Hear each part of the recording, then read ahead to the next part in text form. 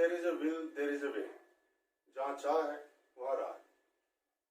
ये हम सब ने अक्सर सुना होता है। हम किसी को एनकरेज करने के लिए, मोटिवेट करने के लिए इस सेइंग को कहते हैं।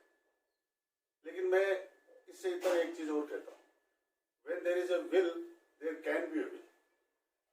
जहाँ इच्छा हो वहाँ इच्छा पत्र बनाया जा सकता है। ये मैं क्यों कहता हूँ, ये मैं आपको इसी वीडियो में आगे चल के एक्सप्लेन करूँगा। Hello dear friends, I welcome you all to my YouTube channel law simplified with me, Shashi Shekhawat advocate. Now dear friends, we would like to discuss about will. What is will? Will, testament, वसीयत, इच्छा पत्र। will कौन बना सकता है, कब बना सकता है, किस बारे में बना सकता है, ये सब हम जानेंगे इस वीडियो में। और will से जो है वो इनवर्सली प्रोपोर्शनेट जो होता है वो होता है सक्सेशन। तो we will also discuss succession with will. We will discuss will and succession comparatively and relatively both. Now let's start first of all with the will. What is will? Will actually is a legal document by which a person who is the absolute owner of the property makes a provision that after his death to whom his property will devote. अर्थात एक संपत्ति का स्वामी जो ये लिखित में प्रावधान करता है कि उसकी मृत्यु के बाद उसकी संपत्ति किसको प्राप्त होगी, यही विल है। अब यह आता है कि इसमें हमने जब कहा कि एब्सोल्यूट ओनर है, एब्सोल्यूट ओनर क्या होता है, और जब हम ये कहते हैं कि प्रॉपर्टी डिवोल होती है तो प्रॉपर्टी क्या है, ये भी जानना बहुत जरूरी था। एब्सोल्यूट ओनर होने के लिए सबसे पहले हमें ये जानना जरूरी है कि प्रॉपर्टी के अंदर कई सारे इंटरेस्ट होते हैं। तो सारे इंटरेस्ट किसी एक व्यक्ति के पास होते हैं तो वो उसका एब्सोल्यूट ओनर होता है। इंटरेस्ट से फॉर एग्जाम्पल जैसे लैंड है, लैंड को हम मॉर्गेज करके और बैंक से लोन ले सकते हैं। तो एक इंटरेस्ट है उस प्रॉपर्टी के अंदर जो हम उसको बैंक को मॉर्गेज करते हैं, और बाकी इंटरेस्ट हमारे पास भी। इसी तरह लैंड को हम रेंट पे दे सकते हैं और लीज पे दे सकते हैं, उसका किराया ले सकते हैं। तो रेंट पे देना is another interest in the property. तो इस तरह से प्रॉपर्टी के अंदर बहुत सारे इंटरेस्ट होते हैं। जब सारे इंटरेस्ट किसी एक व्यक्ति में निहित होते हैं तो वो उस प्रॉपर्टी का एब्सोल्यूट ओनर होता है। उसी तरह से प्रॉपर्टीज जो हम इसमें बात कर रहे हैं कि वो भी जनरली प्रॉपर्टीज कई तरह की होती है, लेकिन यहाँ केवल हम मूवेबल और रिमूवेबल को ही इंक्लूड करेंगे। तो मूवेबल प्रॉपर्टी जो अटैच रहती है जमीन से, जिसको हम इजीली मूव नहीं करा सकते, जैसे कि लैंड है, बिल्डिंग है, स्ट्रक्चर्स है, फैक्ट्रीज है, इंडस्ट्रीज है, वगैरह वगैरह। और मूवेबल प्रॉपर्टी जो है, जो हम एक जगह से दूसरी जगह ले जा सकते हैं, जैसे कि हमारी कार्स हैं, रुपया, पैसा, हीरे, जवाहरात वगैरह वगैरह। तो ये कोई एब्सोल्यूट ओनर है जिसकी मूवेबल और रिमूवेबल प्रॉपर्टी है, जो उसने अपनी लाइफ टाइम में अर्न की है, और वो अब ये चाहता है कि उसकी लाइफ के बाद वो उस प्रॉपर्टी किसी एक व्यक्ति विशेष को मिले, तो उसके लिए वो लिखित प्रावधान करके जाता है। तो विल में एक्चुअली क्या होता है कि आदमी अपने जीवन काल में बनाता है और उसका इफेक्ट जो होता है उसकी मृत्यु के बाद हो सकता है। तो उसकी जीवन काल में जिसके फेवर के अंदर आपने विल बनाई है उसका कोई राइट एक्रू नहीं होता है। वो केवल और केवल टेस्टामेंट के डेथ के बाद में वो राइट एक्रू होता है। तो उससे पहले वो उस पर कोई क्लेम नहीं कर सकता। अब बात आती है कि आदमी अपनी लाइफ टाइम के अंदर विल्स कितनी बार बना सकता है, that is an number of times he can make. अब बात आती है कि वो जब आपने उसको बनाता तो बनाएगा कैसे। उसके लिए बहुत सिंपल प्रोसीजर होता है कि इसके अंदर आपके अंदर ज़्यादा टेक्निकली नहीं होती, कोई स्टैम्प पेपर भी रिक्वायर्ड नहीं होता है। एक प्लेन पेपर पे आप लिखे और अपनी प्रॉपर्टी के बारे में बस उसमें क्लैरिटी आप बता दो कि किसको मिलने वाली है और क्या शेयर मिलने वाला है, ये आप बिल्कुल क्लियर कर दो। और आप ये क्लियर कर लो कि आप उस प्रॉपर्टी के एब्सोल्यूट ओनर हो। ये एक बहुत इंपॉर्टेंट रिक्वायरमेंट होती है इसके अंदर। इसके अलावा विल बनाने के लिए और जो इम्पोर्टेंट रिक्वायरमेंट होती है कि वो पर्सन जो मेजर होना चाहिए और साउंड माइंड होना चाहिए।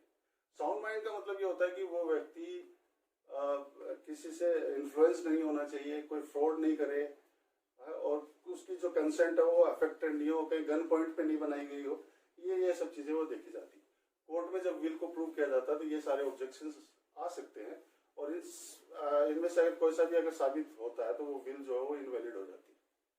तो एक वैलिड विल लिखने के लिए आपकी जो है एक तो एब्सोल्यूट ओनर होना जरूरी है, साउंड माइंड होना जरूरी है, मेजर होना जरूरी है, और बाकी जो उसके जो फॉर्मेलिटीज है वो ज़्यादा मैंडेटरी नहीं है, वो आप जैसे भी चाहे कर सकते हैं। तो उससे ये कि विल जो है वो रजिस्टर्ड किया जाने की आवश्यकता नहीं, आप करवा सकते हैं, इट्स अप टू यू, लेकिन इसकी ऐसे कोई लीगल रिक्वायरमेंट होती नहीं। एक जो बहुत इंपॉर्टेंट इसके अंदर एस्पेक्ट है वो ये है कि विल जब आप एग्जीक्यूट करते हो तो उसके लिए आपको दो अटेस्टिंग विटनेसेस चाहिए, जिनके सामने आपने उस विल पे साइन किए हो और आपके सामने उन दोनों ने उस विल पे साइन किए हो। ये एक बहुत इंपॉर्टेंट रिक्वायरमेंट होती है उसकी। अब बात आती है कि जो अटेस्टिंग विटनेसेस हैं वो कंपेरेटिवली आपसे एज में कम होने चाहिए। वैसे तो लाइफ का कोई सर्टेनिटी नहीं है, कोई कभी भी जा सकता है, लेकिन जनरली ये माना जाता है कि younger will follow the Elder. तो इसलिए कोई यंगर अगर आप अटेस्टिंग विटनेस रखते हो तो ज़्यादा ठीक रहता है। अब आती बात की क्या विल बनाया जाना मैंडेटरी है? ये मैंडेटरी बिल्कुल नहीं है, ये टोटली आपकी इच्छा के ऊपर निर्भर करता है। अगर आप विल नहीं बनाते तो क्या होता है? तो एक्चुअली क्या होता है कि law will take care of your property. Actually क्या है कि किसी भी स्टेट के लिए, सिटी के लिए, कंट्री के लिए इकोनॉमिकली डेवलपमेंट करने के लिए ये आवश्यक है कि उसके सिटीजन्स जो है वो प्रॉपर्टी के जो ओनर्स है वो प्रॉपर्टी को ट्रांसफर करते रहे, तो उससे रेवेन्यू जनरेट करता रहे और जो है वो इकोनॉमी डेवलप होती रहे। तो लॉ ये चाहता है कि प्रॉपर्टी किसी भी वक्त, not even for a second, जो है वो बिना मालिक के रहे। इसलिए जब आप अपने प्रॉपर्टी के बारे में कोई प्रोविजन नहीं करके जाते हो तो लॉ ने एक प्रोविजन किया हुआ है कि आपकी प्रॉपर्टी कैसे डिवोल्व होगी, वो कहलाता है लॉ ऑफ सक्सेशन। तो हमारे यहाँ क्या लॉ ऑफ सक्सेशन क्या है? बेसिकली रिलीजन बेस्ड है। जैसे मुस्लिम्स के ऊपर मुस्लिम लॉ अप्लाई होगा, हिंदूज के ऊपर हिंदू लॉ अप्लाई होगा, क्रिश्चियंस पे क्रिश्चियन लॉ अप्लाई होगा, और जो लोग एक ही धर्म में या अलग अलग धर्म में स्पेशल मैरिज एक्ट के तहत शादी करते हैं तो उनके ऊपर इंडियन सक्सेशन लॉ अप्लाई करता है। तो उन सब के अंदर बेसिकली क्या है कि प्रॉपर्टी के डिवोल्व होने के अलग अलग रूल्स बताए गए हैं इसके अंदर।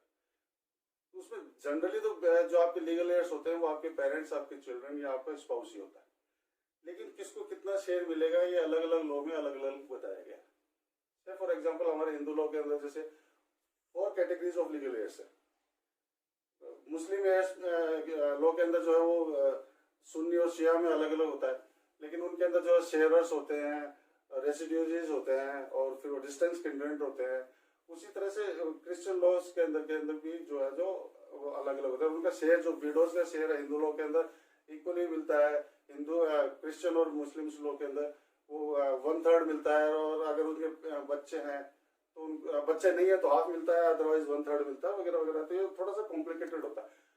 तो उसमें क्या होता है कि उसके बाद में जब उसकी मृत्यु है, वो एब्सोल्यूट ओनर होता है, उसकी मृत्यु के बाद में क्या लीगल एयर्स में डिस्प्यूट अराइज हो सकता है, क्योंकि उनको ये तो पता है कि मैं लीगल एयर हूँ, लेकिन किस कैटेगरी का हूँ, कितना शेयर मुझको मिलेगा, ये सब वो डिसाइड नहीं करते। इसलिए वो आपस में एक दूसरे से लड़ते हैं, और लड़ते लड़ते वो प्रॉपर्टी का डिस्प्यूट जो कोर्ट में पहुंच जाता है, जो वहाँ काफी टाइम भी लगता है, रुपया पैसा भी ज्यादा लगता है। तो इस सब को अवॉइड करने के लिए ये एडवाइजेबल रहता है कि आप उस अपनी प्रॉपर्टी के बारे में विल बनाएं। विल बनाने के रूल जो है वो बहुत सिंपल है, वो मेल और फीमेल के लिए भी सेम रहता है। जबकि लॉ ऑफ सक्सेशन के अंदर मेल और फीमेल के प्रॉपर्टी का जो डिवोल्वमेंट होता है, इनहेरिटेंस होता है, वो उसके रूल्स अलग अलग होते हैं। तो यहाँ पे विल का रूल बहुत बहुत सिंपल है। जैसे कि मैंने अभी आपको बताया कि उसके अंदर बनाने का तरीका सिंपल है, और उसके अंदर कोर्ट के अंदर विल को साबित करने के लिए कोर्ट से आपको एक प्रोबेट लेना होता है। तो आप उसको विल को जो है ओरिजिनल विल को कोर्ट में सबमिट करते हैं, सारे लीगल एड्स में। कोर्ट वहाँ उसमें कोई ऑब्जेक्शंस होता है तो उसको सुनते हुए उसके बाद में एक लीगल डॉक्यूमेंट जारी करता है जिसको प्रोबेट कहते हैं। वो एक्चुअली क्या, वो वैलिडिटी ऑफ विल ही होता है। विल को प्रूव करने के बाद में वो बता देता है कोर्ट की किसका शेयर क्या लेगा। अब बात आती है कि विल के अंदर आपको क्या क्या और चीजें ध्यान रखना चाहिए। वो सबसे इम्पोर्टेंट चीज जो है वो उसमें ध्यान रखने वाली ये है कि आप जो है जो भी प्रॉपर्टी के बारे में जो डिस्क्रिप्शन देते हो वो बिल्कुल क्लियर कट होना चाहिए। किसको कितना शेयर देते हो वो भी क्लियर कट होना चाहिए। तो उससे क्या है कि कोर्ट्स के लिए और आपके लीगल शेयर सबके लिए एक क्लैरिटी रहेगी इसके अंदर। एक जो दूसरी बात हम इसके अंदर और जो हमें जो जाननी चाहिए वो ये होती है कि इसमें टाइम कितना लगता है इसको, और हम विल कितनी बार बना सकते हैं हमारे लाइफ टाइम के अंदर। तो एक्चुअली क्या है कि विल बनाने का कोई ऐसा नंबर नहीं है। विल आपकी जो है, जो लास्ट विल होती है वो वैलिड। अगर आपने 10 विल भी बना दी है तो कोई दिक्कत नहीं। जो आपने लास्ट विल बनाई है, last will that is proximate to your death, तो वो वाली विल जो है वो वैलिड होती है, बाकी उससे पहले वाली विल जो कैंसिल हो जाती है। विल कैंसिल करने का भी एक तरीका है। अगर आपने कोई विल बना दी है और विल बनाने के बाद आप ये सोचते हो कि यार ये विल मुझसे प्रॉपर नहीं बनी है, उसमें कोई कमी रहेगी, तो आप उसमें अमेंडमेंट भी कर सकते हो, उसको कैंसिल भी कर सकते हो, जो कि एक दूसरा एक आप डॉक्यूमेंट बनाते हो जिसको कोडिसील कहते हैं, कोड पत्र कहते हैं। उससे आप अपनी विल को करेक्ट कर सकते हो, कैंसिल भी कर सकते हो। और दूसरा एक तरीका ये होता है कि आप अपनी विल, जब एक विल बनाई है और उसके बाद आपने उसी प्रॉपर्टी के बारे में दूसरी विल बना दी, तो पहले वाली ऑटोमेटिकली रिवोक हो जाती है और जो सेकंड है that is the last one, वो वैलिड रहती है।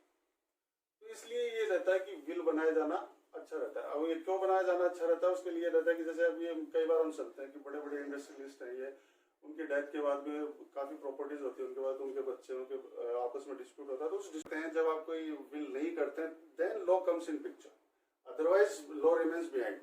तो your priority comes first and your priority may be your will. तो आपको विल जो है आप ये डिसाइड कर सकते हैं कि मुझे विल बनानी है, किसके बारे में बनानी है, और ये विल चाहे तो आप अपने लीगल एयर्स के कंसेंट के साथ भी बना सकते हैं, आप अपनी मर्जी से भी कर सकते हैं। इसमें इंक्लूसिव और एक्सक्लूसिव भी हो सकता है, क्योंकि आपके अगर काफी सारे लीगल एयर्स है तो आप किसी एक को भी दे सकते हैं, आप चाहें तो सबको थोड़ा थोड़ा दे सकते हैं, और किसी को चाहे तो कोई एक प्रॉपर्टी दे सकते हैं, किसी को कोई दूसरी प्रॉपर्टी दे सकते हैं। एक विल के अंदर आप एक प्रॉपर्टी के बारे में प्रोविजन कर सकते हैं, एक से ज्यादा प्रॉपर्टी का प्रोविजन कर सकते हैं, अलग अलग प्रॉपर्टी के लिए अलग अलग प्रोविजन कर सकते हैं। It's totally up to you, ये इट्स योर फ्रीडम, ये इट्स योर चॉइस। इसमें लोग आपकी चॉइस को ऑलवेज रेस्पेक्ट करेगा। बस आपको ध्यान देने वाली बात ये है कि आपका जो है वो आप उसके एब्सोल्यूट ओनर होने चाहिए। अगर आपने एक विल बनाई है और उसका कोई एक पार्ट जो है वो अगर इनवैलिड है, तो रिमेनिंग पार्ट अगर वैलिड है तो वो to that extent will be valid. तो आप ये कर सकते हैं, लेकिन आप कोशिश ये करें कि आपने जो भी विल बनाई है वो बहुत क्लैरिटी के साथ बनाई है और बहुत स्पेसिफिकेशंस के साथ बनाई गई है, ताकि बाद में कोई डिस्प्यूट नहीं हो। क्योंकि हम जो लॉ ऑफ सक्सेशन से जो प्रॉपर्टी डिवोल्व हो रही है उसमें जो डिस्प्यूट्स अराइज होने की पॉसिबिलिटी होती है, उस पॉसिबिलिटी को इरेज करने के लिए हम विल बना रहे हैं। तो हम ये कोशिश करें कि हमने जो विल बनाई है वो जो है विद एब्सोल्यूट क्लैरिटी के साथ बनाई है। Do like and share my video and also subscribe my channel, and please appraise me with your suggestions and views in comment section। और अगर आप चाहते हैं कि मैं किसी पर्टिकुलर सब्जेक्ट या टॉपिक पे आपके लिए कोई वीडियो बनाऊं, तो वो भी आप मुझको कमेंट सेक्शन में जाकर बता सकते हैं। Thank you.